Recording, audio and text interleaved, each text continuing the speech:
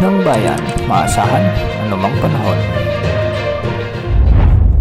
Magandang araw po sa ating lahat. Narito na ang latest update sa magiging lagay ng ating panahon ngayon at sa susunod na 24 oras. Sa kasalukuyan ay habagat pa rin ang patuloy na nakakaapekto sa Batanes at Babuyan Islands. Kaya ang mga lugar dito ay makakaranas ng maulap na kalangitan na may mga kalat-kalat na pagulan at pagkidlat pagkulog. Kaya hindi rin inaalis ang banta ng mga biglaang pagbaha o pagguho ng lupa kung may mga umiiral na severe thunderstorms. Samantala, sa Metro Manila at nalalabing bahagi ng ating bansa ay localized thunderstorms naman ang inaasahang weather system. Sa Luzon, maulap na papawirin ang inaasahan sa Ilocos Region, Cordillera Administrative Region sa may mainland Cagayan, sa ilang bahagi ng Central Luzon gaya ng Tarlac, Bataan at Zambales. May mga pag-ulan din sa may Nueva Ecija, Bulacan, Metro Manila at sa bahagi ng Cavite. Maulap na kalangitan din ang inaasahan sa ilang bahagi ng Bicol Region, lalong-lalo na sa may Albay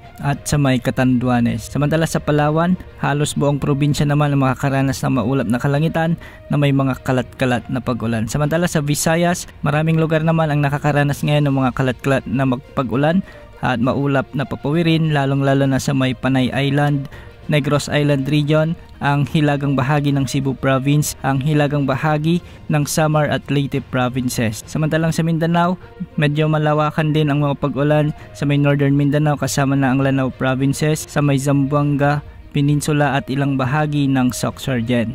Inaasahang bahagya pang hihina ang habagat sa mga susunod na araw, kaya balinsangang panahon pa rin ang inaasahan sa malaking bahagi ng bansa.